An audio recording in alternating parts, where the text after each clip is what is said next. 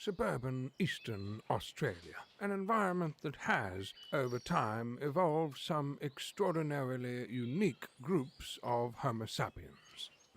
But today, we observe a small tribe akin to a group of meerkats that gather together atop a small mound to watch, question, and discuss the current events of their city, their country, and their world at large. Let's listen keenly and observe this group fondly known as the Iron Fist and the Velvet Glove. Hello, dear listener, and welcome to another episode of the Iron Fist and Velvet Glove podcast, episode 262, beginning of year 6, in the middle of a bitterly cold winter's day here it got down to 8 degrees or something, I think, Scott. In Brisbane. Freezing. Yeah, we're freezing. It was very cold. It was. I'm Trevor, a.k.a. the Iron Fist. With me, as always, the prodigal son, the Velvet Glove, Scott. G'day, Trevor. G'day, Paul. G'day, Warren. G'day, listeners. And Paul, the 12th man. Greetings, Earthlings. And was the beer sponsor. G'day, everyone. Right, here we are atop our small mound. We've looked at what's happened with the week's events and we'll rattle through them and see where the conversations take us. Before I do, if you're in the chat room, please say hello and make a comment. And last week, at some point, the cameras froze, 2 of them, and I didn't find out about it until right at the end. So in the chat room, hello, Kobe, if the cameras freeze, could you let me know and I'll try and refresh them. So there's that. And also, before we get started, at different times on our little private Facebook Messenger group and in our private conversations, we've been, COVID restrictions, shutdowns, conversations have been coming up. And at some point, we need to revisit all of those. So at some stage, maybe in 2 or 3 weeks, we'll get Craig back and we'll do another COVID shutdown, pros, cons, thoughts, what's working, what's not working, should we have shut down in the first place, should we have been using masks or whatever. So, which one of the 3 of us has to stay away? So, we'll fit 5 in. You'll fit 5 in. We'll work out some way of doing it. We'll test. Have to socially distance though. We'll test. Is there enough room? Well, one up there, there is enough one room there, here. one over there. Yeah, we are actually in an old pool room here, and so it's actually quite a big room. We're legal at the moment, so we can fit Craig in. All right. Can you imagine the Queensland Police raiding, banging on the door? Oi, open up, let us in. We've got to check that you're COVID safe. Yeah. Well, could happen. It could happen, yeah. Stranger things have happened. Because people have been getting busted for having parties of, numbers in excess of recommendations, haven't they? Particularly rugby league players. Absolutely, and they should be cracking down on all those sorts of arrangements. Should they? Yes, they should be, because the reason why Melbourne got out of control... Oh, God. Your authoritarian side is showing again. I know, it is showing, and that's fine, because I do not back away. This is a public health issue. Okay. And they should have cracked down very hard. And the reason why Victoria's got out of control is because they were let off the leash and they went back to kissing everyone and hugging each other. It just got out of control very quickly. Right. Chairman Andrews was far too gentle with them. We'll deal with the whole COVID shutdown when thing. We come back later. Rather than just dipping in and out of it, we'll do a whole expose and you'll get your chance. I would love to find out what these two gents think of the Swedish economy, how it's gone backwards. Yeah. So they've all gone backwards. We'll deal with all of that. In the chat room, Landon, I asked for advice about the camera and everything, if anything was happening. Yeah. And Landon Hardbottom's given some advice. He said, there's something dead on Glove's face. Oh. Thanks very much, Landon. Yeah, that would be my beard, the smart beard that the Glove is sporting. Yeah, I got a job interview tomorrow at 1, so I'm not sure whether or not to keep the beard or get rid of it. So, judging by Landon Hardbottom's comment, it might be... Check the main homepage for the company and look for the personnel. If any of them have got beards, you're good to go. Good advice. There's good advice, yeah. Right, let's get started. I thought we'd start with some good news because... let's face it, quite often the topics on this podcast have been quite depressing of late. They have been. Yeah. So I came across this story from the ABC, and it was about a nurse who worked in the public housing towers and had to do the rounds and test everybody and basically went through a couple of the buildings there over the course of a week. And I liked the story that she told. It was just sort of heartwarming. I thought, well, just good to know. So... she says here she was unsure of what she was going to see. The media had portrayed these places as being hostile, rife with drugs and alcohol, and she was a bit frightened going into it. But over the few days, she attended the towers in Flamington and North Melbourne, and she said they were giving a list of names of residents, worked their way through the floors. Testing was completely voluntary, yet not one resident said no. They were incredibly thankful, respectful and grateful for us being there. The police stood back from them and showing us the same respect and kindness at every door we knocked on. At every apartment we asked, are you okay? Do you have enough food? Do you need any medication? Is there anything we can do to help? There were some very simple requests for things like lactose-free milk, an onion, a tomato, dishwashing detergent, sanitary pads and toothpaste. We noticed bags and boxes of food which had been delivered in the foyers, under tents outside doorways and inside rooms. One man with the biggest smile on his face told us he had never had so much meat. Again, the residents were so grateful to be tested. They were worried for their health and that of their families. They proudly showed us their negative results, which were sent by text message to their phones. Some wanted to be tested again. Most were worried about not being able to go to work and support their families, or that they'd lose their jobs entirely. And she says there, people are obviously grateful, very proud to be a nurse, left with lots of thank yous and I love yous from the residents. And I have so many wonderful memories of the past few days, all positive. I'd like the broader community to understand that sometimes media portrayals of what goes on are not necessarily true. And despite suggestions otherwise, wheels are in motion to support these people. Maybe things move slowly at first, but from what I saw, lots of help is now on hand. I think that's good story. Are you sceptical or not? No. Or no? No, I thought it was a very good story too. I'm not surprised that that's what she discovered, and I'm not surprised that the media portrayed it in a completely different way. Right. I think you've got to look at where you're getting your media from.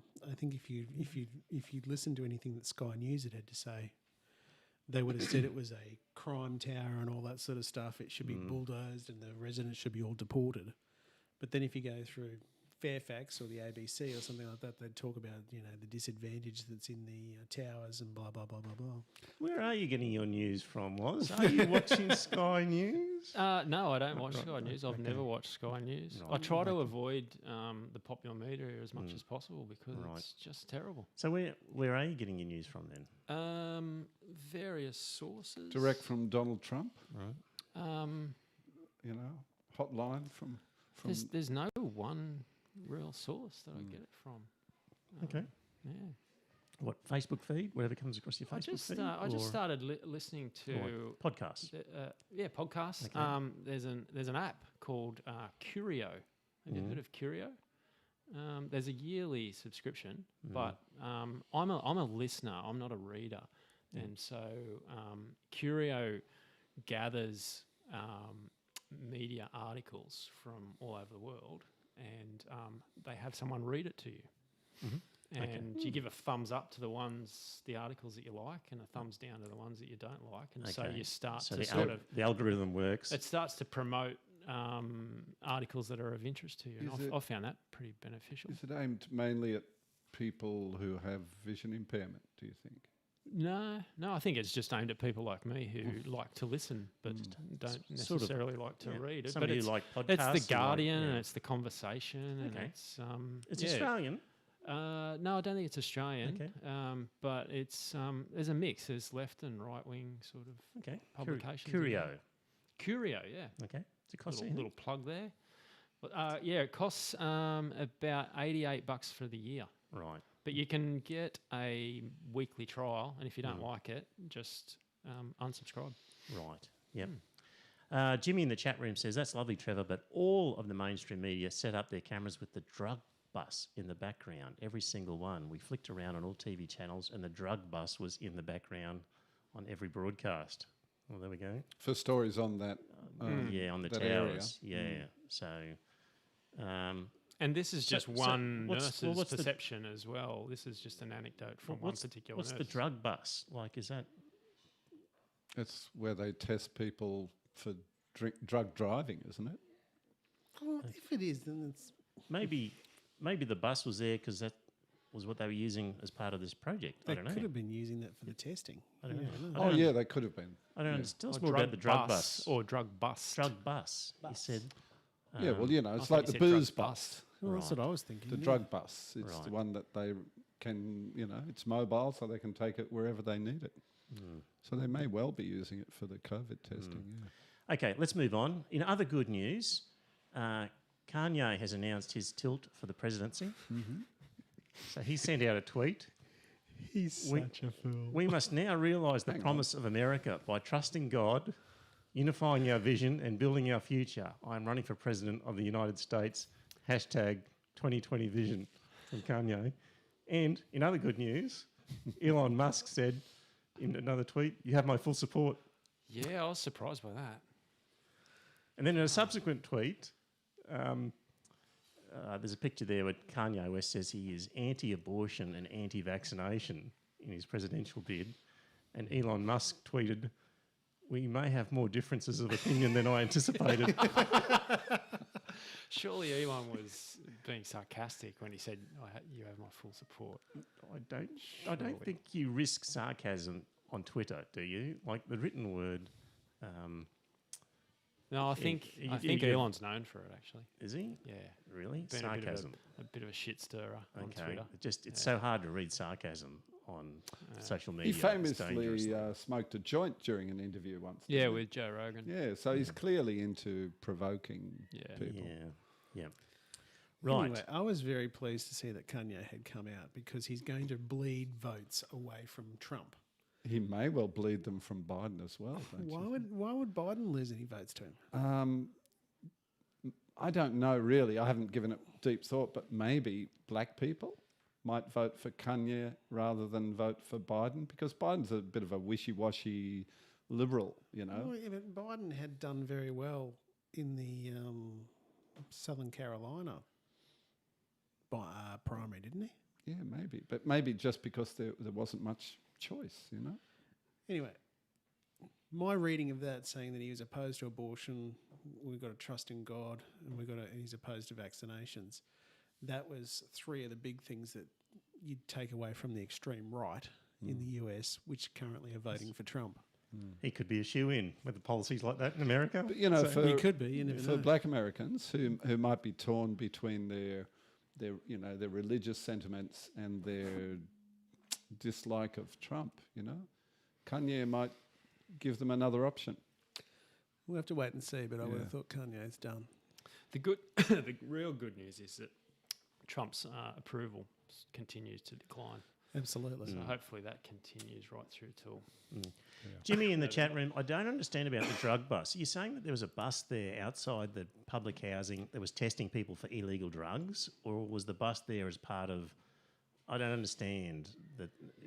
Were they going through they couldn't have been going through the units and testing people for illegal drugs. I don't understand what the drug bus was doing. Doesn't there. work like that. Yeah, I don't understand. The police don't just take a bus and then go and raid everyone's apartments. They don't operate. yeah. It's usually used for testing people while they're driving. So But, Jimmy's saying... but they have sophisticated instruments inside it for testing, you know, really, really minute amounts, traces of drugs. So it potentially might be applicable or might be useful for testing No, for I don't COVID. think. I don't know. think they would have done the testing there, but they might have had that set up and that sort of stuff, so they could bring people in and grab the stuff that comes out of your nose. I had one of those last week. They do not tickle, ladies and gentlemen. They are not fun at all. So you had the test. I had the test, yeah. And it's a little bit smart as it goes up there. It's not a lot of fun. Right. You know, I went in there and you know, they've got signs and everything all over the door saying if you don't have a mask, knock on the door, we'll bring a mask to you. You weren't allowed inside unless you had a mask. So I already taken a mask up with me. And I walked in there and I said, my name's Scott Clark. They said, but that's fine. You know, you've got to sanitise your hands and, you know, go through your name, your date of birth, blah, blah, blah, blah, blah. I had to put my glasses on because I couldn't see the fucking things anyway. So they went out the back and she says, okay, just take the mask down, say ah. And she shoved this thing right up the back of my throat and whoa. And the next thing I know, it's in my nose. And I'm just stunned. And she said, yeah, that's done. So say Yeah. the thing goes in your neck and then another one goes up your nose Exactly. at the same time. Well, not at the same time, but they were very quick. They seem to be a double-edged in thing. quick succession. Yeah, exactly. Hopefully not the same swab. No, they did seem to turn. They did seem to turn it around. So she had, there were. It was. An extra long Q-tip. Yeah, exactly. All right. One in your neck, out, swap it around, up your nose. Provided she doesn't tell you to bend over, it's all good.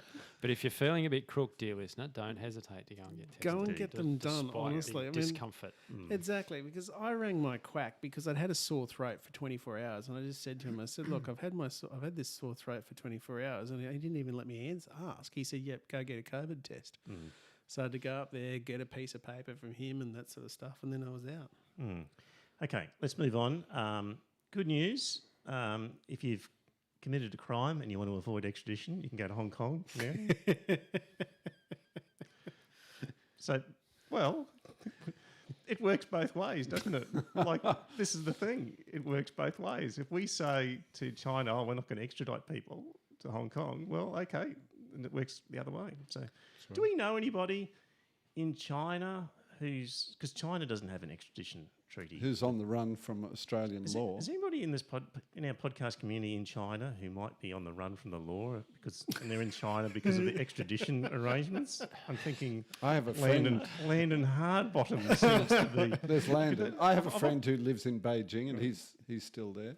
I've often wondered why Landon was in China. He's probably evading their taxes in Australia. And now things are becoming abundantly clear.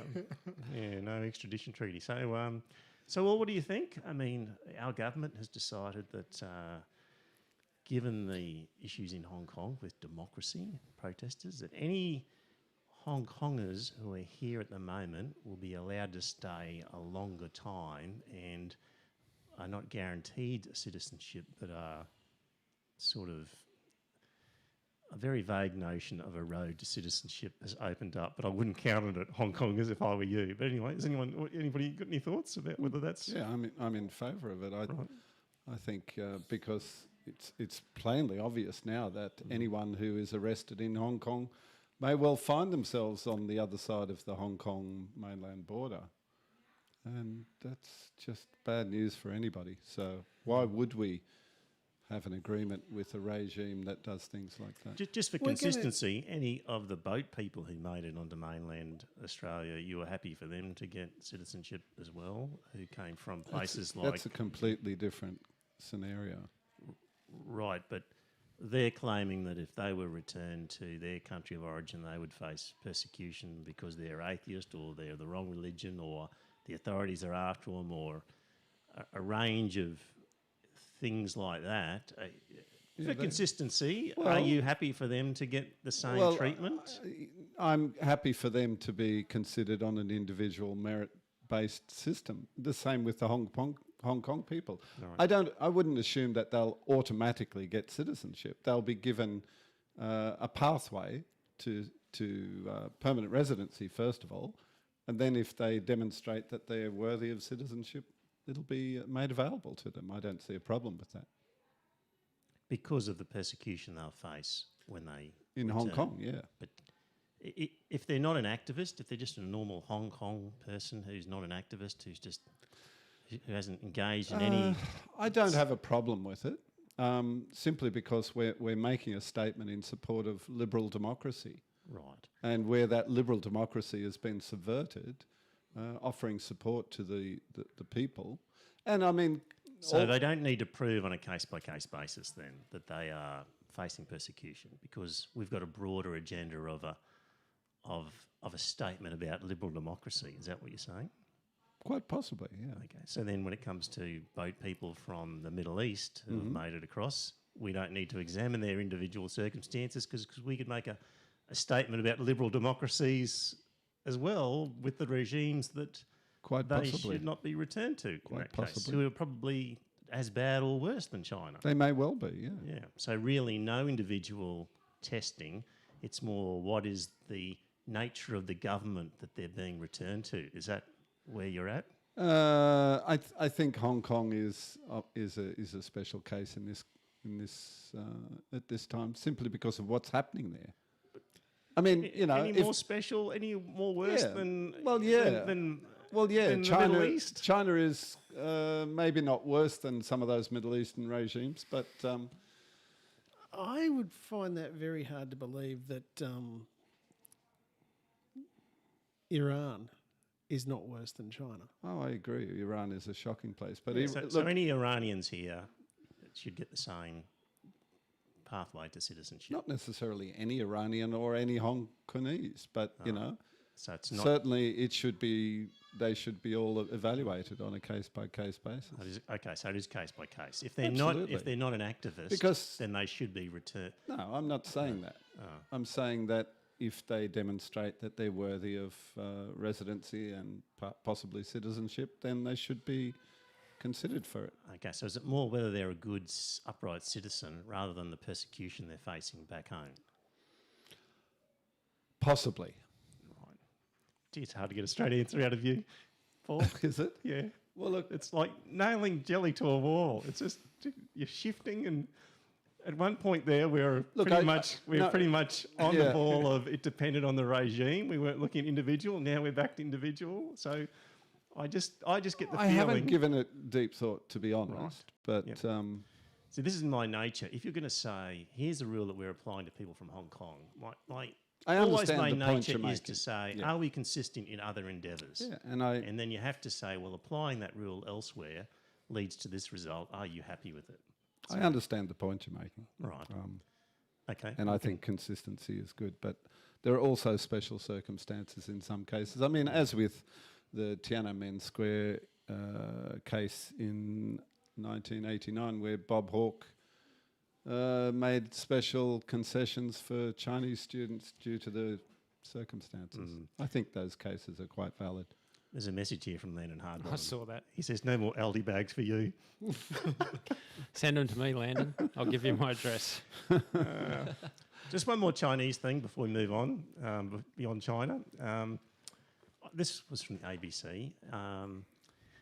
In the language of geopolitics, it's known as salami slicing, a tactic used to covertly snatch disputed lands, sliver by territorial sliver. And on the border between China and India, in the remote reaches of the Himalayas, that's exactly what Beijing stands accused of doing, incrementally extending its footprint. Tensions between the two Asian neighbours erupted last month at a frontier post in the Galwan Valley, more than 4,000 metres above sea level, a no man's land in the middle of nowhere. When an Indian army patrol attempted to tear down temporary structures erected by the Chinese military on terrain claimed by India, it set off a brutal 6-hour melee in sub-zero temperatures. No firearms or explosives. Sorry, I don't know why I'm laughing. The image that about to be conjured is just weird. Yeah. No firearms or explosives were used as per a long-standing convention designed to avoid a serious escalation between the two nuclear-armed powers. Instead, soldiers battered each other with sticks, stones, and improvised studded clubs in the early hours of the morning. Isn't that incredible? Daylight revealed a staggering toll of dead and injured. 20 Indians, including the commanding officer, succumbed to their wounds or to hypothermia, and another 76 were injured. And there were an unknown number of Chinese casualties. I find an image in my mind of the Chinese and the Indians on some godforsaken glacier whacking each other with, It's like with a pub sticks brawl. because of a gentleman's agreement not to use firearms. Yeah. Quite bizarre, isn't it? It is incredible. I think that's how all future wars should be fought. Yeah. Well, it was a result of it was more than a gentleman's agreement. I think it was actually a written down treaty after the 1962 war that the two countries had actually fought. Now, I say a war, but it was over in a week or something like that. It was a very escalated battle that went for a week, and then both sides pulled away. And they came to this agreement that they're not going to use firearms and that sort of stuff in the Which future. is not a bad thing. It's not a on bad the face thing. of it. No, it's not a bad thing. But one of the things that I found incredible with this story was, wouldn't you think that if you're going to have this sort of agreement, that you would actually sit down and say, look, this is the border. You know, you stay on your side of the border, we'll stay on our side of the border. If you cross, we're going to open up on you, you know. That's how wars used to be fought, isn't it? Isn't it? Like the only people who died were the people who were in the army. Exactly. Anyway, at the risk of upsetting Trevor here, I think that China's behaviour is reprehensible because they have been stealing stuff. They have been stealing stuff. I'm not, No. I'm not pro-China. No. I'm just always saying where the choice is, instead of China, we've got to follow America. I'm saying, no. That's not correct. If it's a choice between the two, I don't want that choice. So I agree with you that they're shits and they're doing terrible things. Like I'm just trying to put that balance in there. It may seem that way because that's invariably what happens in the conversation. But please continue. No, well, I'm saying I'm not going to upset Trevor. I will just go on with it. But I think that they are Said it behaving. again. They are behaving terribly badly. That they are, what do they call it, salami slicing? You're right. Where they've been, the whole South China Sea. They've picked fights with everyone down there. And they're doing the same kind of thing, except on water. aren't they? Exactly. Can I just ask, so India was in the right and China was in the wrong? I don't know enough about this. It's the Can I Well, just then say? you shouldn't say that Yeah, but China's been shits about the salami. You could easily have said India have been shits about this. Yeah, if you but don't know, you've got this situation that's. Can I just down say the Chinese have no business being there at all. It belongs to Tibet. It's not China at all. When an Indian Army patrol attempted to tear down temporary structures erected by the Chinese military on the terrain claimed by India. Now, I don't know the full history of Disputed this. claim. It's a disputed claim, and this is what I was going back to my original point, that they should have worked out where the borders were and they should have stuck to it. It's disputed. In other words, they can't agree where the line is, and Yeah. that's part of the problem. Neither side will agree as to where the border really lies, and so they keep trying to sort of. sorting it out with sticks and clubs. Well, But the Chinese were being quite cheeky by putting up structures anywhere near that line. I mean, anybody would be mad. It's obviously a provocation, isn't it? Yes, it was, yeah, very much a provocation. It's a valuable bit of glacier. But I You're just right want on. to put in a word for the free Tibetans because it doesn't belong to China at all. It's part of Tibet, for goodness sake. And the Chinese invaded and occupied Tibet by force. The Tibetans didn't invite them in, didn't want them there, and have been protesting vigorously ever since. Yeah. Well, actually, it just reminded this whole scenario. I remember a science fiction book where there were these worlds had decided that world wars were too harsh and expensive. So when it came time to having a war, they would select 12 of their best fighters from each planet to battle each other on some neutral territory, and the planets agreed that whatever the outcome was of these sort of super warriors, then they just It's a great idea. agree to the result. Have a rather- soccer game. rather than have the whole countries go to war. That was sort of this, in this science fiction book though. So if we had a soccer match with China Well, these were and our gladiatorial. side lost, we'd all say, "Oh, okay, come on in." It's Better all than right." millions of people dying. These were gladiatorial battles in this book. So yeah. Anyway, You wouldn't rather fight to the death? was it? No, I wouldn't. right. Speaking of a fight to the death, how are you and Hillsong getting on?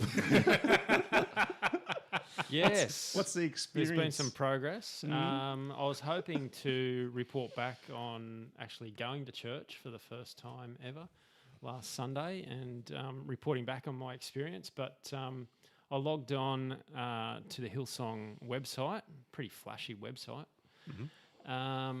and registered my interest of attending, and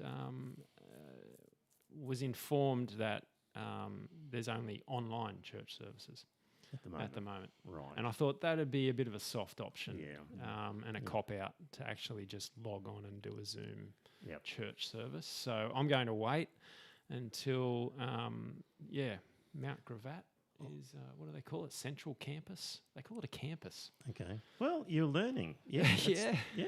Yeah, But it's that's not a- it's not a interesting use church. of language, isn't it? Campus, Interesting central manipulation. campus, Because we think of campus as a place of Learning. of genuine learning, So to make the church a campus, it sounds like you're really going to learn something. So you, I believe, in registering, was forced to say that you had prayed the salvation prayer. I wasn't. Yeah, I was forced to say that I'd said the prayer. Yeah. So do you want me to read the prayer? Sure, that'd be good. We It's, want you to actually say it and mean it. Yeah. Say it with meaning. No, I can't fake it. Sorry. Come on. We'll all Dear bow our Jesus, heads. I'm praying this prayer because I know that I have done wrong by living without you. I am sorry and I trust that you will forgive me. I accept your love and grace for me and ask that you would be my Lord. Help me believe in you and love you every day, and help me to show the world what you are like and how great your love is. In Jesus' name, amen. I'm going to be ill. Amen. You're right, Trevor. It is such a. It's 5 lines, and every line is just. And do you know what it Just really terrible. is? At essence, it's magic. It's a magic formula. You know, it's trying to tap into that invisible magic power that's out there. Cosmic cash machine. But as you said, Paul, too, it's getting you to admit that you're fallen and that there's absolutely. something wrong That's with the you. big thing. Is you are broken, Yep. and you need to be fixed. So you need to accept you're broken. You need to be fixed. And how am I going to fix myself? We have the answer. Yeah. So I know I've done wrong by living without you. I am sorry, and I trust you will forgive me. Yeah. So, God. so I got that email response immediately after registering. Okay, so that was like automatically generated. Yeah, Almost. an auto-generated message. Yep. And then I got one a couple of days later, which I forwarded on to you guys. Yes, yep. And you've got it here, Yep. don't you? Yeah. You can I've got it go here. through that one, Trevor. Yeah, you've got it. It's hello, Warren. My name is Daniel, and I want to say a huge congratulations on your decision to follow Jesus. I just want to let you know that I am here if you have any questions, and I also want to extend an invite for you to join our Alpha course. Alpha is a free 7-week course designed to create a space where people are able to conversate about life, faith, and Jesus. And there's a link. Conversate. There's a new word. I'll come back to that. Once you click the link, you'll only need to click get started, blah, blah, blah. Have any questions, blah, blah. So excited, blah, blah. So there we go. Like, that's a lovely little letter. Very welcoming. Of course. And you get a free 7-week course. For Alpha, is that only for guys then? Because they'd have a... what would it be called for women, do you think? Interesting. Any ladies out there listening who want to sign up to Hillsong and tell us if you get something different to an Alpha I think course? alpha is just a generic. And- I don't think it's gender specific. But you know, when could we be. went, we were told that there was special nights just Yeah, for men. There was Oh, that's men's right, night. the Wednesday night. Yeah, wasn't it? Wednesday night. There was going to be boxing, and there was going to be Chicken wings. chicken wings, Chicken wings. and bacon. Yep. So, and Pastor Houston was going to be there. So that was men's night. Oh, really? Yeah. So that'd be interesting to know. Right.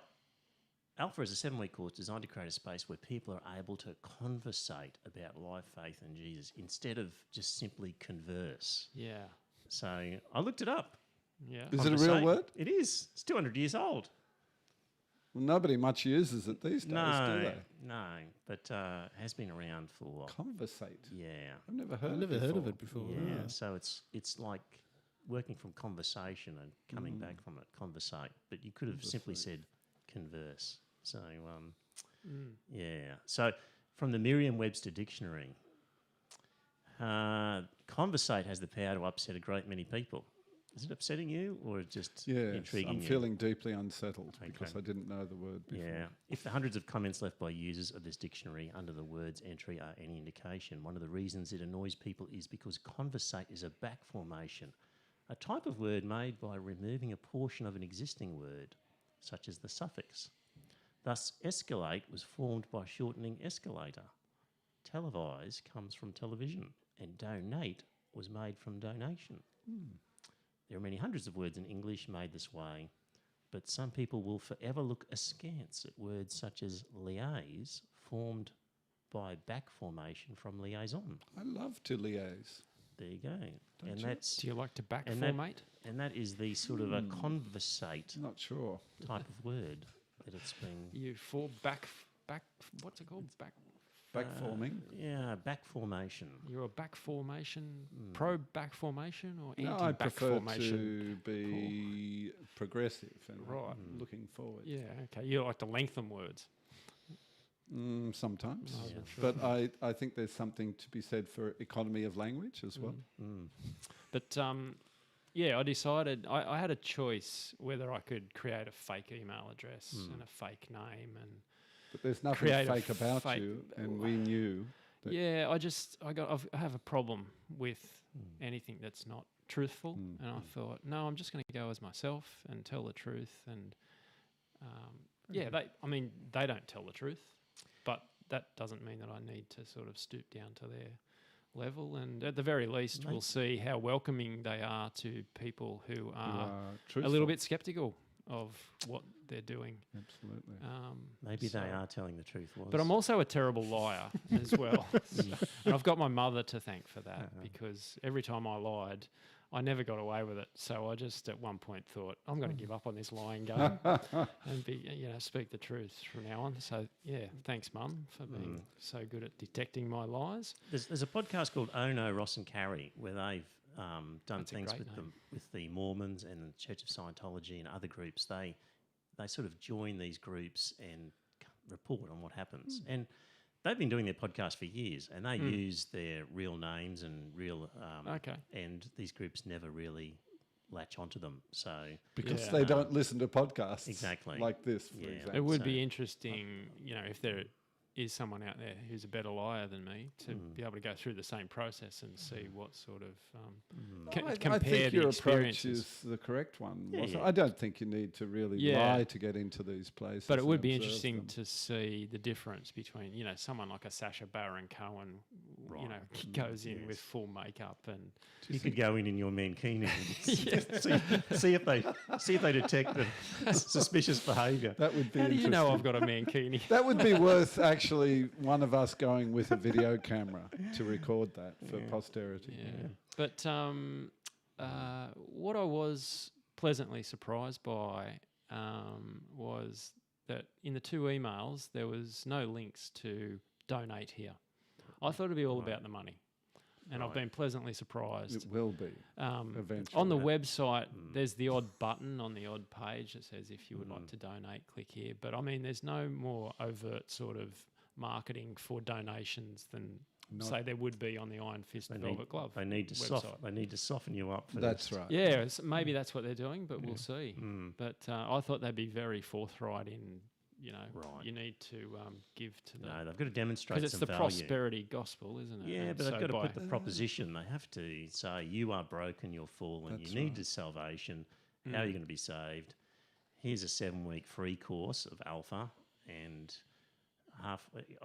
let's take bets. I reckon with by the week 6 or week 7, they're going to say, I'm glad you've learned this much. Now, if you want to learn even more, hand over $1,000 and you can stay on here for full 26 weeks. I reckon by week 3 or 4 they'll be asking, be suggesting something. So anyway, we'll see. Although the Alpha course, if memory serves me, it's been around forever. Now, I remember when they used to do it in a church, and you'd go past your standard Protestant churches that all have an Alpha course thing up there. Oh, I thought it'd be specific to Hillsong. I don't think so. I think it's probably just a Protestant thing. Oh. Yeah. Okay, well, we'll see. Well, have you started? Like it's a 7-week course. Have you done week 1? No. Right. Let's, But the 7-week course is online, right? Yeah. yeah. Okay. Well, don't forget your homework. Wally. Rightio. Keep us posted. Yep. Language warning, dear listener, on this next segment. If there's any kiddies nearby, just shuffle them along a little Plug their ears. Got some new patrons and feedback. This one, Dear Fist, Glove and 12th Man. Thank you for your wonderful podcast. For longer than I care to admit, I've been ignoring my guilty conscience and, in the words of Cameron Riley, have been a freeloading fucker. As an Aussie who's been living in Denmark for the last 5 years, your updates keep me entertained and informed on the goings-on back home. The nefarious machinations of the vile ScoMo and his underlings give me no cause to regret residing in this socialist democratic utopia. Keep up the good work. Your man in Copenhagen, Wayne. Good on you, Wayne. There we go, Wayne. Yep. And Steve said thanks and sent some info about atrocities in Philippines, and Chris enjoyed it and referred me to Clive Hamilton's book. Isn't Denmark supposed to be one of the sort of happiest countries in the world? Or Could be. I believe it is. Could be. After Finland, of course. I think Finland's the happiest planet. Finland. Thank you. I think Finland's the happiest country in the world. But Denmark's always up there, isn't it? It is always up in the there, top handful. Right. Harper's Magazine, open letter. Anybody who's sort of subscribing to the rationalist or sceptical Facebook pages or whatever would have come across this open letter that was signed by 200 odd sort of 150 maybe? 150 yeah. personalities.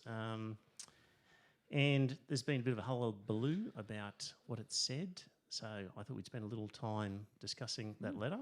So it was published in Harper's Magazine, and it talked about, it didn't use the word cancel culture, I don't think, or maybe it did. I think it did. So let me just find the start of it here. So let me read bits of it here. Our cultural institutions are facing a moment of trial. Powerful protests for racial and social justice are leading to overdue demands for police reform, along with wider calls for greater equality, blah, blah, blah.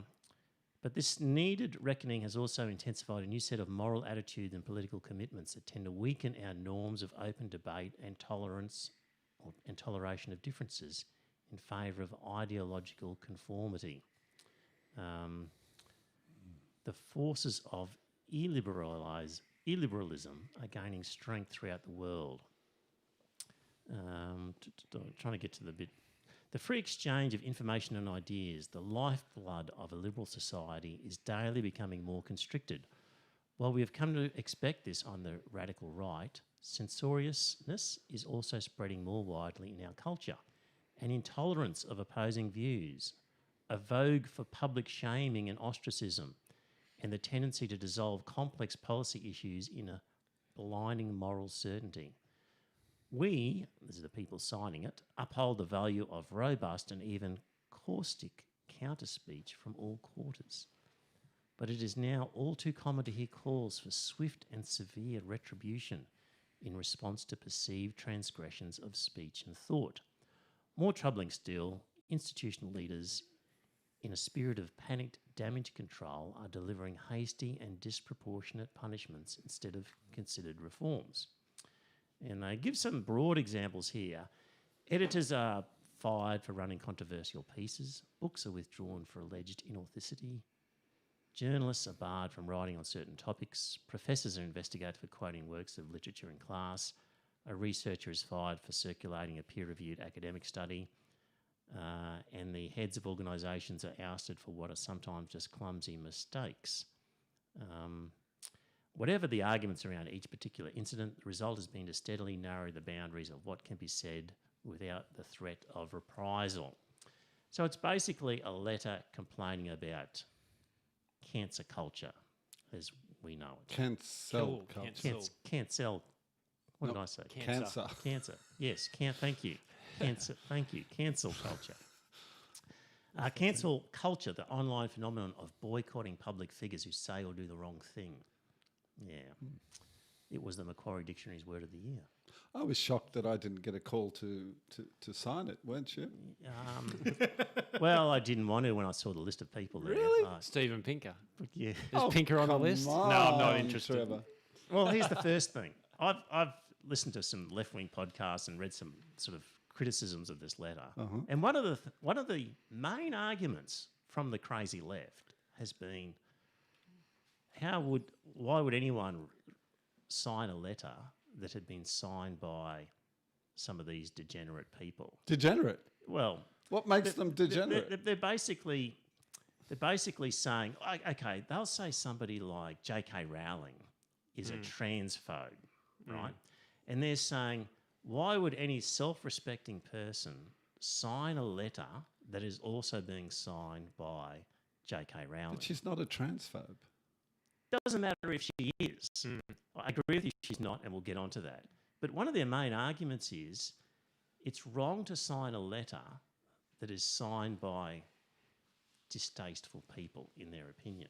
Yeah. But the whole point is, what does the letter say? What are Yes. the contents of the letter? That's what they're signing. That is what you are ascribing to. It shouldn't matter who else signs it. When you sign a letter that has been co-signed by 200 people, you are not saying, I agree with everything that those 200 people have ever done in their Exactly. life. Of course not. Exactly. But this is one of the major arguments of these people on the left, is that you are somehow tainted with all of the sins of these other signatories. Very tribal, isn't it? That's a symptom of the whole cancel culture, isn't it? Exactly. It's a That symptom of the whole thing. you're tainted by association, and any small thing you've ever done or ever said Or will didn't will say. be held against you. Yes. Yeah. So for an individual, anything you've done will be held against you. And if you co-sign a letter that addresses specific topics, you're deemed to have gone well beyond the bounds of what the letter said and to have adopted each and every sort of tenet of the various signatories. Yes. It's completely,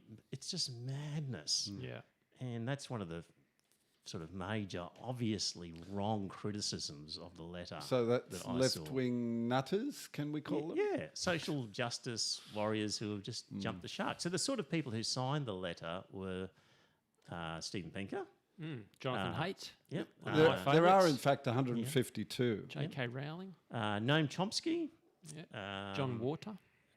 So, Wynton Marsalis, jazz musician. There you go.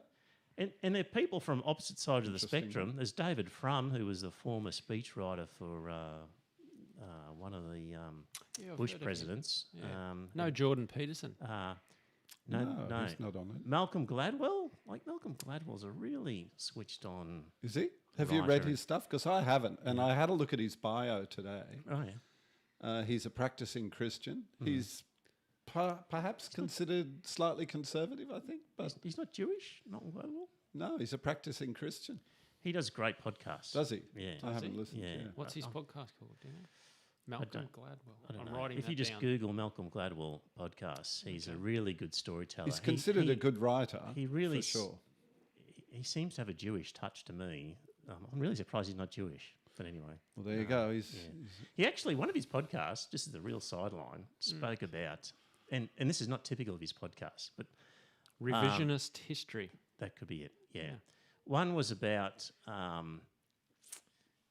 French fries and how the fat in French fries at McDonald's has changed, where it used to be an animal fat and now it's a vegetable fat. And how good the French fries used to be when they were animal fat and now they're not. And he actually went to this place where they cooked them the old-fashioned way. It Sounds sounds great. banal, but he's very good.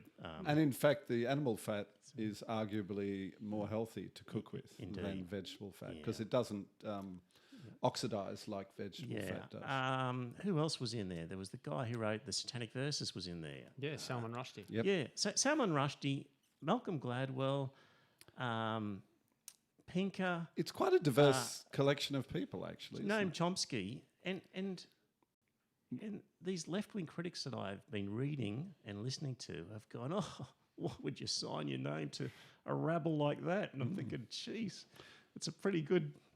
Jonathan good Haidt, names there. the academic. There's another interesting one, Sarah Haider, who's an Yes. ex-Muslim Yes, activist. Indeed, yeah. But She's if you were asked terrific. to sign something like that, I don't think I'd be interested in who else signed it, even if there You'd be were looking at the people letter. who had that's- signed it already. Yeah. I wouldn't care. I'd look at the letter Yeah, why and would you? Yeah, put my signature to based on whatever words are in the letter. Indeed. yes, yep.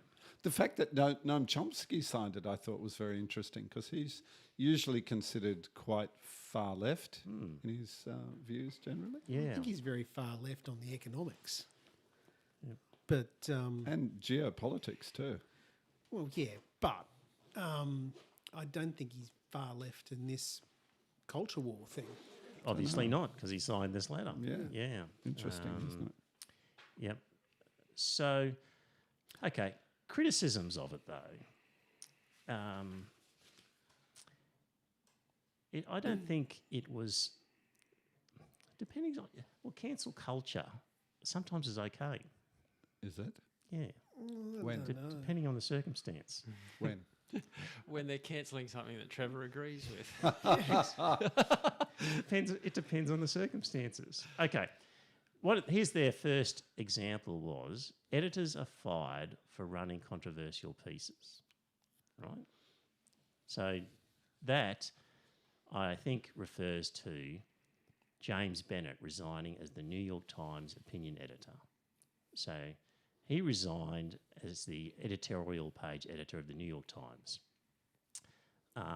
after its opinion section, which he oversaw, published a much criticised op-ed by a United States senator calling for a military response to civic unrest in American cities. So in this piece that he allowed to be published, the senator said, last week we saw a significant breakdown. No, not that bit.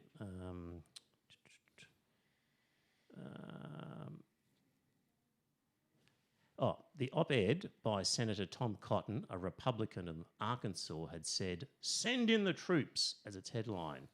"One thing above all else, we restore order to our streets, an overwhelming show of force to disperse, detain and ultimately deter lawbreakers." So that was a piece saying send in the military and a big show of force in the opinion section of the New York Times. It's an opinion. And shouldn't the American citizens have a right to know that there are people in their government who hold such views? I mean, it's just dissemination of opinions. Yep. Why would an editor be fired for that or be pressured to resign? Okay, a newspaper like the New York Times or a magazine can have will have a readership that it pitches to, right? It will have, in the way that Fox News pitches to the right wing, The Guardian pitches to the left, you have businesses that pitch themselves to certain segments of the community. Yeah. So if you've got a business that says we're aiming at left, centre left readership, we want those readers buying our newspaper, and you allow a hard right wing opinion to your newspaper, you arguably will lose subscriptions. And your job as the opinion editor is to gain subscriptions. So A newspaper is not an ordinary business. If your function, a newspaper is about curating a set of articles. That's what newspapers do. Of course they do. And if you, as a curator, fall outside the boundaries of what you've been told to curate, then it's open to the owners of the business or even the other people involved in the business to say, hey, fuckwit, we're aiming at our left-wing centre customers and you have allowed this guy to shit all over our magazine. It's a general newspaper. It's not like... No, there's no such thing as a general news... Not like a magazine for Holden V8 owners. There's no such thing as a general news newspaper. No, there is. No, there's not. Of course there is. They pitch to an audience. It should be. No, look, if you accept that newspapers should be only, curating their news for a specific segment of the population, then we're going down that road to division into so many, isolated, camps. It's a terrible idea. They should be pitching the news to the whole population. Absolutely. I don't think Trevor's saying that they should be. He's saying that they do. Yeah, they are. I'm saying that... They've made a commercial decision. I'm saying that such commercial decisions are not in the public interest and they should be trying to broaden their appeal. Yeah, but you're arguing two different topics, I think. We might be. We often are. But I'm saying it's legitimate for an organisation. Come on, Scott, you're the referee. Come in to say we've got a particular bent, a particular focus.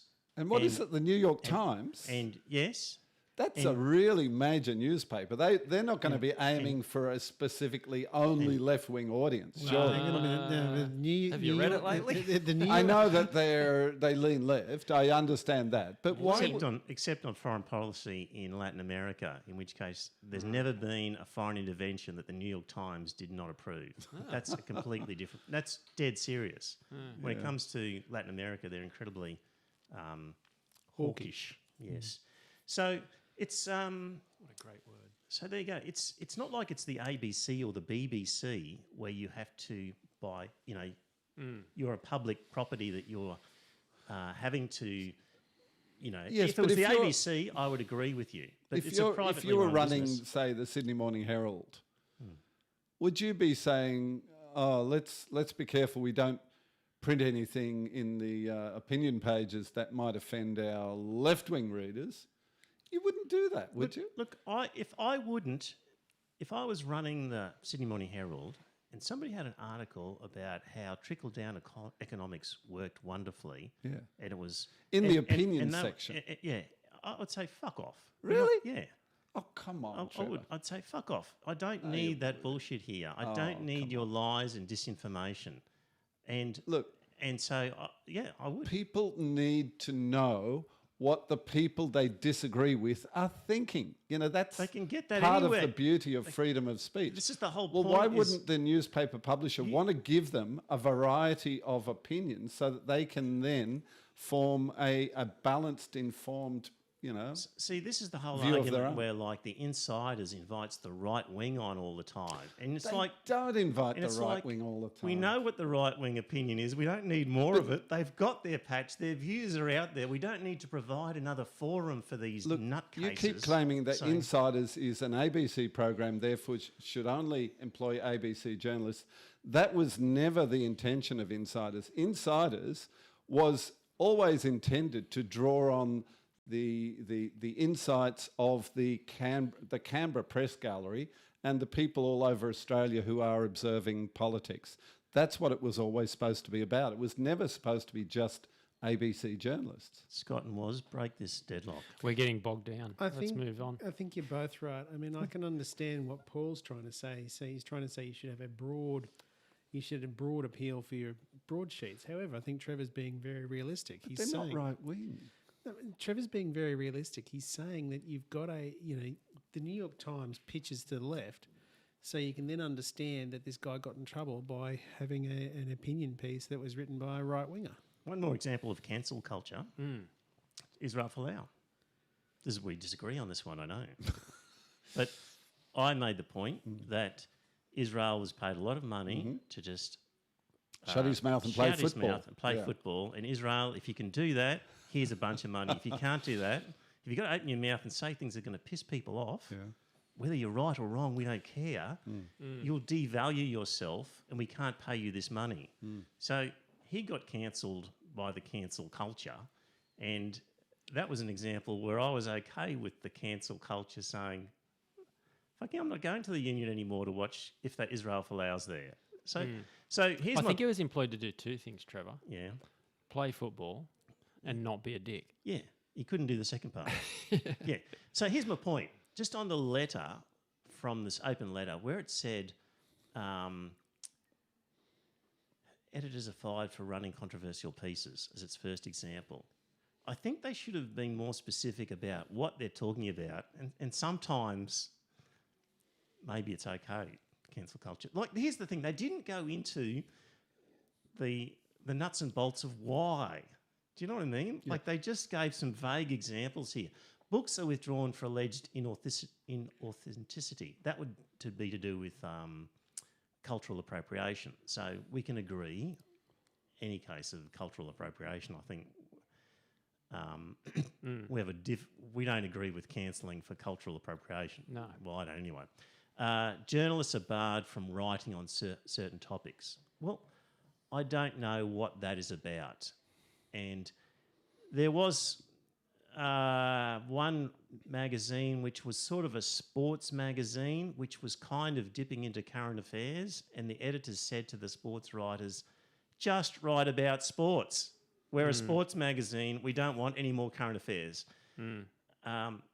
in a certain circumstance, it could be okay to say to a journalist, you're barred from writing on certain topics because we're a fucking sports magazine. I don't want to know about current affairs. But that's not cancelling people. No, but that's they managerial. But they gave an guidance. example of journalists are barred from writing on certain topics. Well, depending on the circumstances, that might be okay. But in cancel culture, they don't just get told by their editor, don't write about that. They are supposed to lose their job. This is what cancel culture does. It's activists jumping up and down until the writer loses their job. That's the problem. Well, I'm just saying... And not only writers, but academics. And I have a good example here. There's an academic called David Starkey. You may be aware of him. He's a historian. He specialises in some particular era in English history. And he has positions at various universities in England.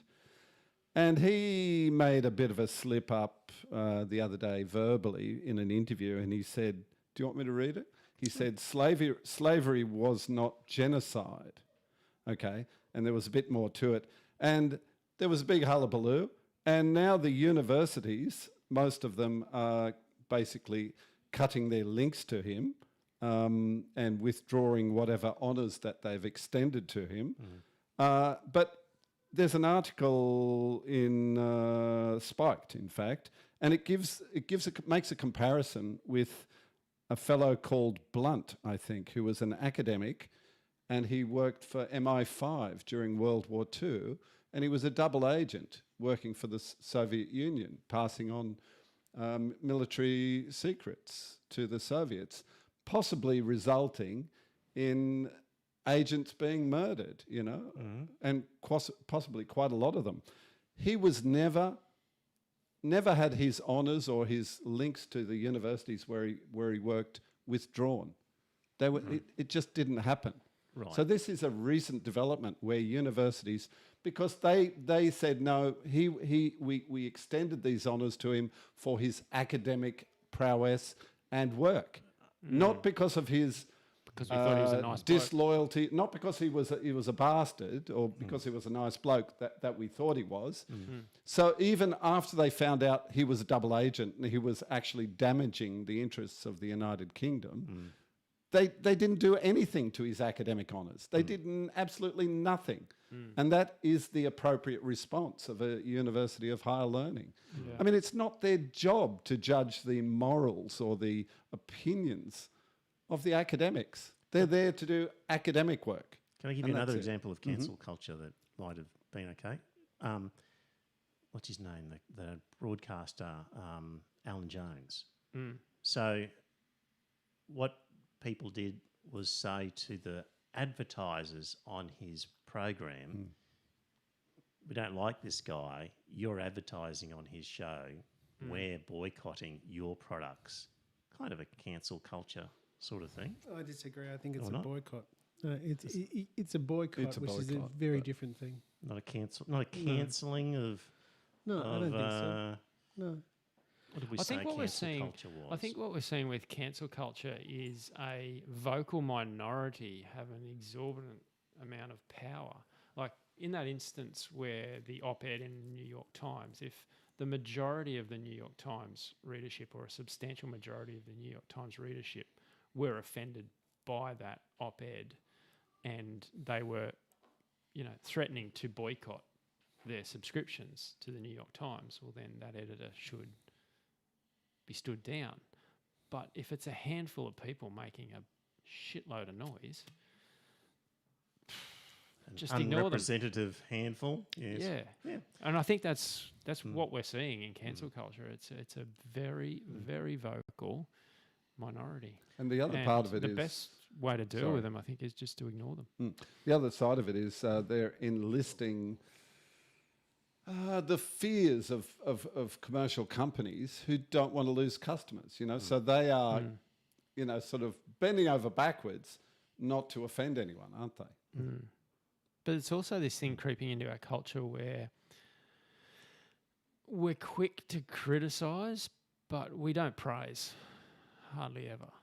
I think the criticism has no weight unless there is some praise. You don't think we praise, really? No, like if you get bad service at a restaurant, something like that, you think, oh, I'll give them a 1-star rating on, whatever app, Google or whatever. If they're great, you say, well, they should have been anyway. But if you go to a restaurant, and I find myself falling into this trap, if you go to a restaurant and you get really great service, you don't worry about writing a good review. You leave them a tip. I hate tips. Okay, I'm sorry. totally against tips. Speaking of which, we haven't had a positive review on this podcast in iTunes for over a year. We've had one in the last 18 months. So, just to back up what you're saying. Yeah. Yeah. But I think it's important to, because you got to force yourself to be pro stuff and not anti stuff all the time. I just encourage everyone to. I don't know whether I completely agree about your statement that they don't praise anyone. I think there's sometimes an excessive praise. Like Steven Pinker? no, Not from you. no. I mean the way for example, during the pandemic, the politicians, talking heads, they go out of their way to praise the first responders or the firefighters or the nurses. They sometimes go a little bit over the top, in my opinion, in terms of their fulsome praise of people who are just doing their jobs after all, It's a good point. I'm with you on that. Yeah. Hey, just before we leave or move on a little bit on this one, so cancel culture was the word of the year in 2019. It's 2 words, actually. Yeah. According to Macquarie Dictionary. We'll hyphen. I'm going to complain. Hyphenate them. That's it. I'm going to try and cancel the Oxford Dictionary. That's it. Yeah. They've given word of the year to something two that's words. obviously 2 words. Previous, And I'm offended. previous words of the year. We did milkshake duck previously. Yeah. And that's 3 I've words. got it. I know the other one. Yeah. Fake news. No, it's not in this one. This is the Macquarie Dictionary, so this is okay. Aussie. Have you heard of anecdata? ANECDATA, anecdata. Information presented as if it were based on systematic research, but that is actually based on personal observation or experience. An anecdote. It's a good word. Isn't it? Anecdata. I'd like an example of that. Taking anecdotes and pretending that it's presenting it as data when it's really just a series of anecdotes. Anecdata. Clean skin, someone without any tattoos. Really? I thought it was a bottle of wine. It is too. Anecdata is an oxymoron, isn't it? You can't have data and an anecdote and combine it. Maybe know how that's you the can do point. that. Well, Maybe it's a that's the point of the word. Pretends to be Yeah. data. It's Yes. ironic. Yes, indeed. Health washing. The marketing practice of presenting a food brand or product as being more nutritious or wholesome than it actually is. Health washing. I haven't heard that word before. So it'd be like, you see those advertisements for Swiss vitamins and celebrities are always promoting that. Yeah. Well, Swiss is a brand name, so we better be careful what we say. But you're right, and it seems to play on the image that we would have here in Australia of Switzerland as this beautiful green mountainous country with, green valleys and dales and lots of happy-looking milk cows and trustworthy sort of Northern Europeans. Yeah, dependable Swiss people who make watches and Have little knives in their pockets. If I was to it's all wholesome, isn't it? If I was to describe somebody as thick, THICC, what would you think that means? I'm up on this one. Oh, yeah. What does it mean, Loz? It's usually referred to a lady, and she's thick. It means that she's got a nice bum. She's got a lot of junk in the trunk. It's curvaceous or voluptuous. Yeah. I think you're on the... So I'm all over that. You are? That's my area of specialty. That is a worry. I'm a bit of a student of that. And cheese slaw? Couldn't tell you. Coleslaw, to which grated cheese has been added.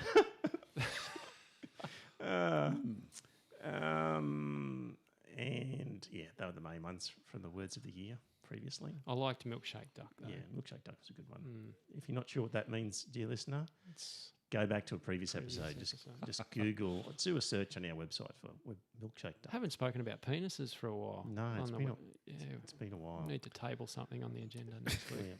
Yeah, need to table some penises next week. I don't think we need to talk about penises. Let me see. It's a bit cold. Pinker, there was an attempt to. Sorry, do you want to go?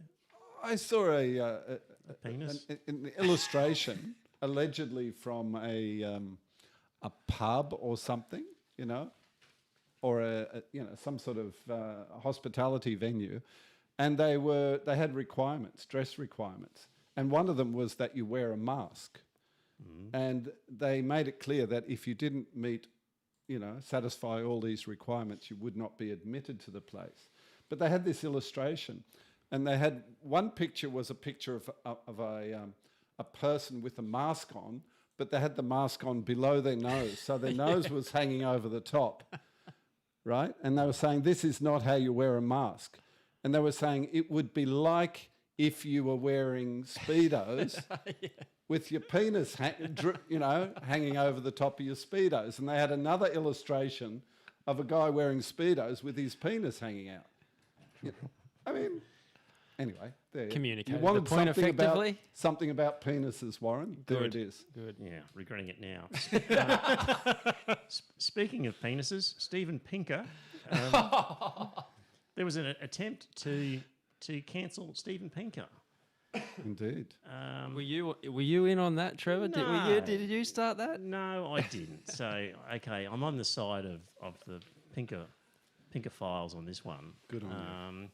So, basically, the linguistics community. So, Steven Pinker's first area of expertise is linguistics, and Like Noam Chomsky. yes, indeed.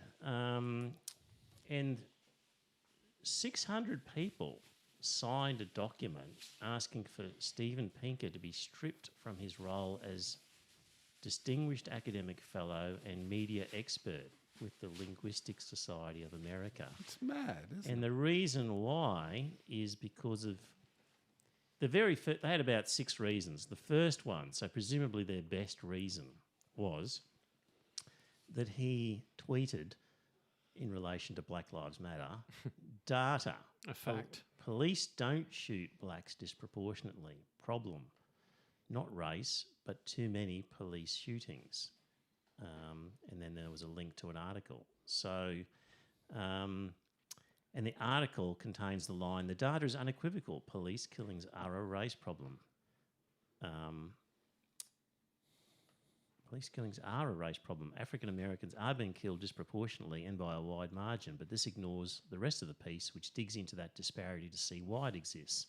And the article points out that the disparity in police shootings is roughly the same as the disparity in arrests, meaning that while blacks are killed disproportionately relative to their share of the population, they are not killed disproportionately relatively to how often they come into contact with police. That's what we said on this show. Yeah, wasn't it? Exactly. So, Have they tried to cancel us? and so yet. We're not well known enough. yeah, Jimmy. I've tried to get hold of Jimmy in the chat room. If you don't have the app, I don't know what to do. It's a Zoom meeting, Jimmy. If you can send me a message in the chat if you manage to get on. Okay. Sorry, distracted by that. One of the other things about this whole cancel culture thing is people have talked about JK Rowling as being a transphobe. Have you got any thoughts on JK Rowling as a transphobe? No, she's not a transphobe. All she did was she said that, you're born male or female. That's all. Now, she did not go into... I think she did go into some of the things about the guys being able to use the ladies' room and all that sort of thing. Yes. Which, my way of thinking is if someone's going down that road anyway, they're obviously not interested in ladies anymore, they're interested in men. So, that's a little bit of a redundant argument. However, that's what she's been crucified for, was she'd said something like that and she's being now pulled apart and being called a transphobe. She challenged the dogma Exactly. that you are what you say you are in terms Exactly. of your sex She just challenged that. And in fact, she made the point that in the UK now, all you have to do is apply for a document saying that you've changed your sex. You don't have to have any hormone therapy, physical operations, anything. You just have to say, no, this is what I am now, and some government department will issue you with a document to that effect. And so you can then legally be admitted to a toilet or a change room or whatever you want, that is single sex. So there's a lady called Maya Forstater who was sacked from her job because she had tweeted stuff where she was basically challenging that. And I've got links to it, dear listener, and if you've got the time, look at the show notes and read it, because Maya Forstater is obviously a really intelligent woman who writes really well, and she's basically giving a very rational, objective analysis of why she thinks the way that she does. And you could disagree with her and say other things, but you have to accept that she comes at it from an honest position and intellectually a very strong position. And she basically said, look, in normal circumstances of human interaction, I'll call a trans person by their preferred pronoun and name. I'm not looking to create offence, but I'm simply pointing out that it does have issues, this whole thing. Like, it's a really reasonable sort of approach. And JK Rowling has said similar things. And JK Rowling, I've got a link to an article, and as you'd expect, JK Rowling writes really well. Very well, doesn't she? Really well. Yeah. It's just a pleasure to read I thought the same. her stuff. Very analytical. She's obviously done a lot of research. She's not just some nutbag who's just sat back and gone, I don't think trans people should be allowed in toilets. Like, it's And nowhere her near- publishing success is not a fluke either. She's a very good writer. Yeah, it's nowhere near as simple and rough and whatever as it's made out to be. It's a very nuanced and intelligent and thoughtful analysis of the problems. And she actually, JK Rowling and hers, talks about fears about coercion of young people who maybe are gay and are being coerced into gender reassignment. And again, you can argue the statistics and whether that's true or not, but you have to accept that she's come at it with a legitimate argument and thoughtful, and there's no Well-meaning. no malice or whatever, and just is looking for discussion and debate. And these people just want to say, nope, you've offended the trans people by suggesting that this man is now not a woman and you're cancelled. And But she started to get in trouble the moment that she liked one of that woman's that Maya posts. Forstater's That's all she had to post. do Yes. was just like one of the posts. And she knew she was going to. And she upset Yes. She also mentioned that woke. perhaps the like was a mistake on her part. Like when you're playing around, we've all done it. Yeah. And you're looking for the button that you want to press and you press the Absolutely. wrong one. Yeah. And then, it comes up as a like and you're like, that's okay. It's no biggie. And you just leave it. And she said she, in fact, was trying to do something else. And she's trying to do a screenshot. And that's right. She was trying to do a screenshot and she hit the like button instead by mistake. And for that, she was attacked. Yeah. Well, some of them would argue that it doesn't matter what your intention is, or your intent is, it's whether they were offended or not Correct. by Yes. that particular action, Yeah, which counts. And I think intention is everything, almost. It's certainly important. Yeah, it's very important. And I would Intentions are say very the same important. for Israel Folau. His intention was not malicious. Let's not start on Israel with Folau again. Let's not go back to Israel. Well, it's relevant because you know, it is relevant. his intention was not to damage people. His intention was to help people be saved by Jesus. I mean, he didn't have ill intent at all in what he did.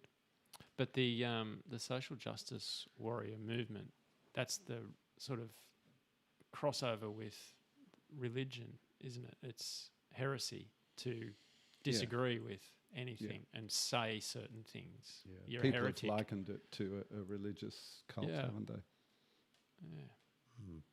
Yeah. Just a little bit on what JK Rowling said which I thought was interesting. It's just a small piece of what she said.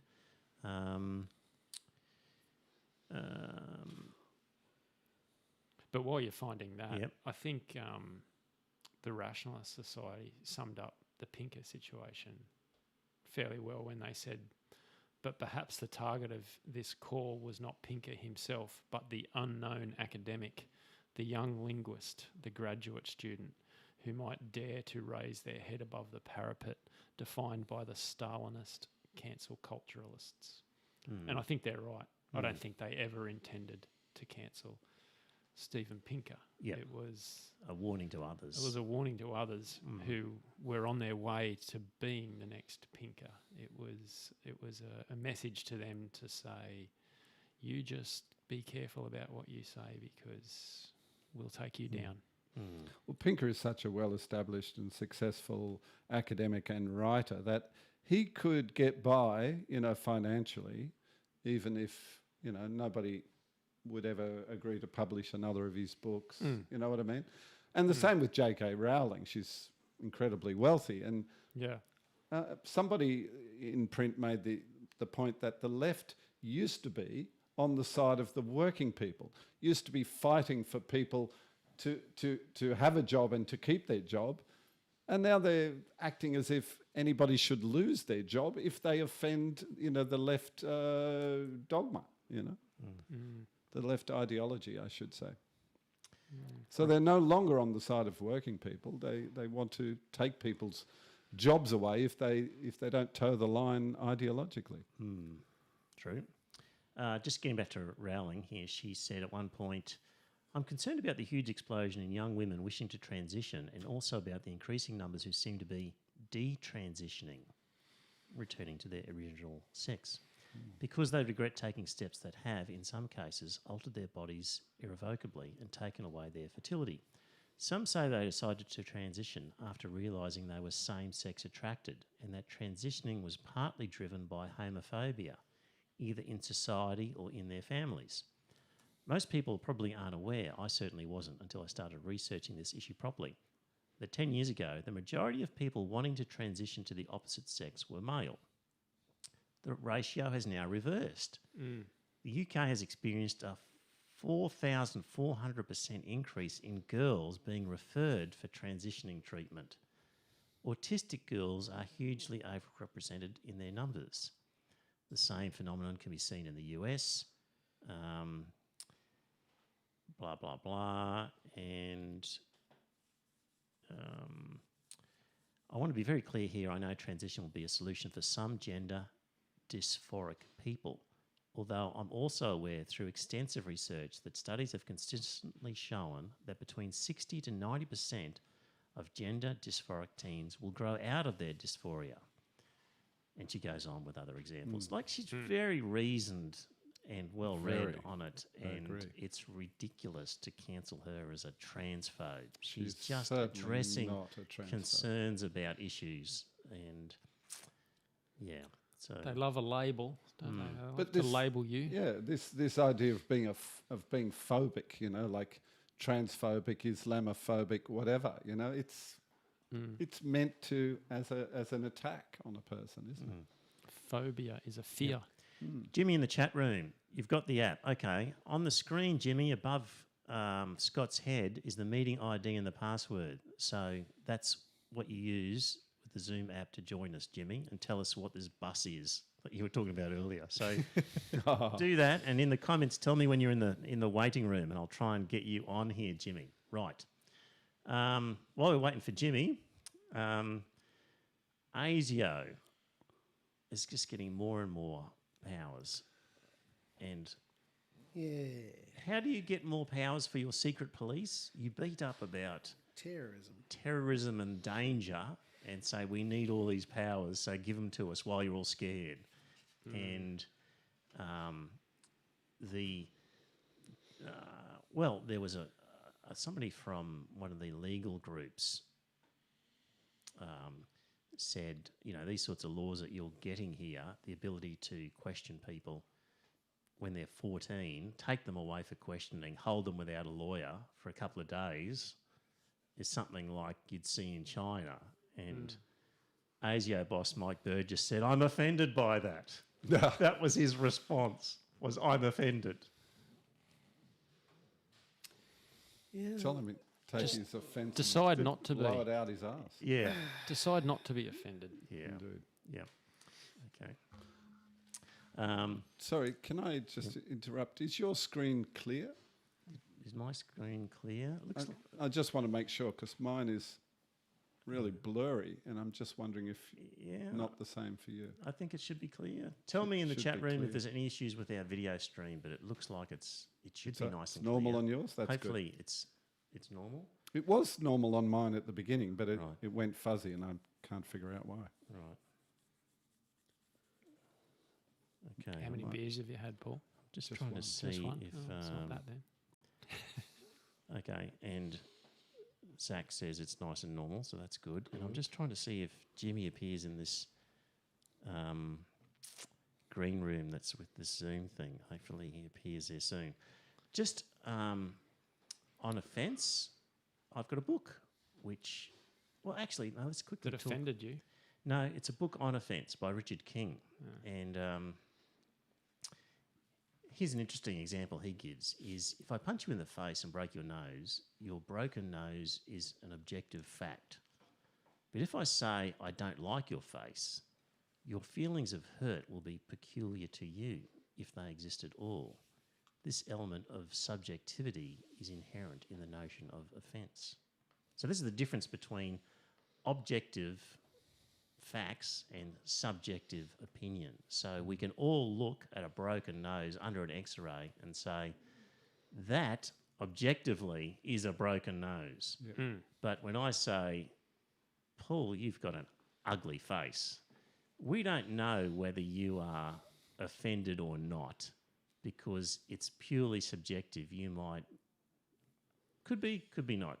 That's subjective. It depends on the recipient and their reaction to it. So this is one of the difficulties where you, in the cancel culture and all the rest of it, are saying you can't say that about somebody because they'll be offended. Well, maybe they won't and maybe they will. And do we really want to be passing laws where maybe somebody's not feeling that or maybe they are? And in any event, even if they are, if what you're saying is a legitimate debate, like JK Rowling talking about the various trans issues and her concerns with them, some trans people will be offended and you will know there will be some who will go, oh, that's just disrespecting my right to be a man now.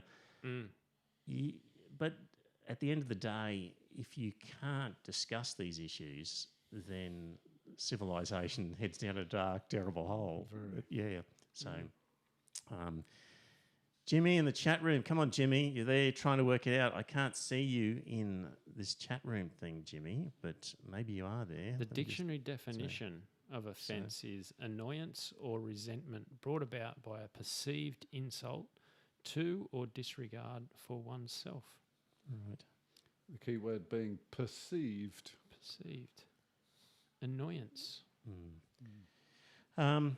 How do you know if you're going to, as you were saying, how do you know if you're going to annoy somebody? Sometimes until it's out there. Yeah. Sometimes you have a pretty good guess, but yeah, I you mean, you can sure. say certain things that would be welcomed by some people, but would cause annoyance in some other people. You got to tiptoe around. Some people you can be straight up with. Yeah, I'm just thinking like in a situation where you were trying to put the moves on a member of the opposite sex, if it was an unwelcome advance, you would offend them. But maybe it wouldn't, and they'd welcome that advance. And you don't actually know until you've made that advance, do you? Fraught with danger was. Sure. So what do you is. do? Don't go there. That's what I've decided. Be celibate. Sit in the corner become an and incel. drink. Yeah. Yep. It's a safe option, definitely. Yeah. Be gay. Sam Harris. Yeah, you guys don't get annoyed as much. But No, we do. does the same thing not happen with gay interaction No, it doesn't. at all? No. So if you, just as an example, you were hitting on a guy in a bar and he didn't like you, didn't like the look of you, he wouldn't say, I'm offended that you find me attractive. No, he wouldn't. He'd probably just say, look, sorry, you're not my type. You'd move on. And that's what women should say, for goodness sake. I appreciate your interest, but you're not my type. It's that dead thing on your face that's just putting me off. Exactly, yeah. I might go home and shave. Does that offend you? Part of our problem is that as Australians, I think, more than some other cultures like Americans, we would be more ready to say things and not worry about the offence, I would have thought, than the "Get American fucked, you culture bastard," would be. which we might say to friends. Yeah. We certainly have a propensity to rubbish our friends and tease them with insults or digs that other cultures, particularly I think Americans, And that's a good wouldn't. thing. Yes, and that's. But sort I of think as the part of that- trend is towards the American way, towards the Yes, we're offence importing some of that. taking. Yeah, Yeah, which is sad. some of that It's sad. sensitivity. But yeah. they have a tradition which they call a roast, where everybody sort of piles on one person and tries to think of funny things to say about them, don't they? Yes, that's true. Roasting a celebrity, that's true. Yep.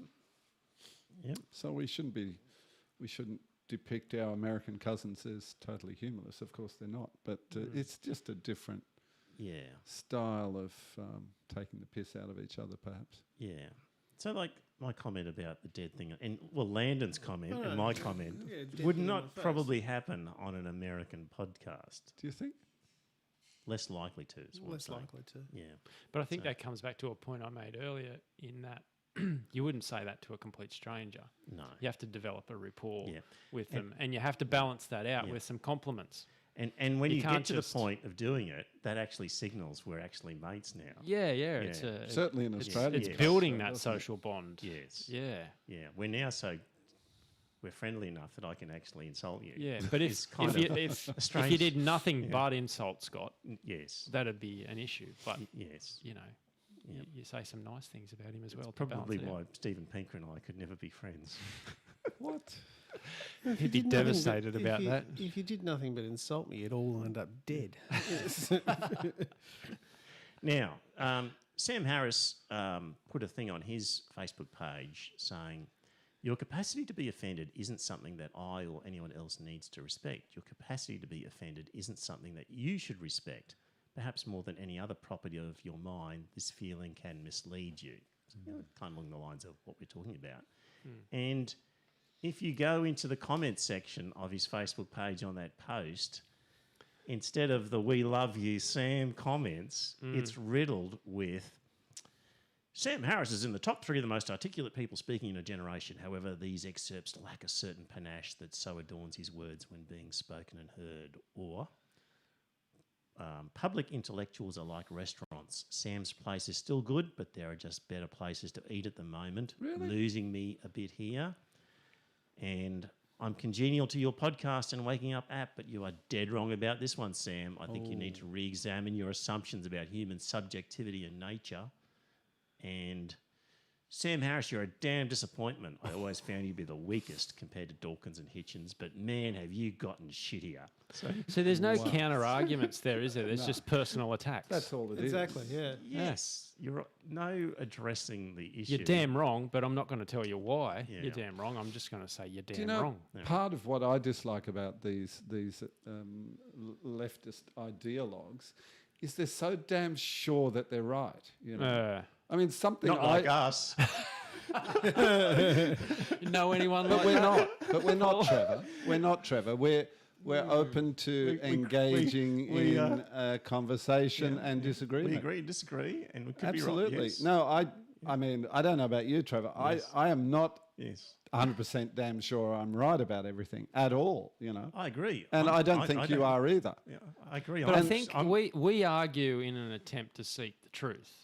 Yeah. They argue in an attempt to say I'm right and you're wrong, Yeah. which and is just I'm not in. I don't want to get involved in arguments like that. Yeah. but Well, that's the problem trying to have a conversation with someone who holds such views, yeah.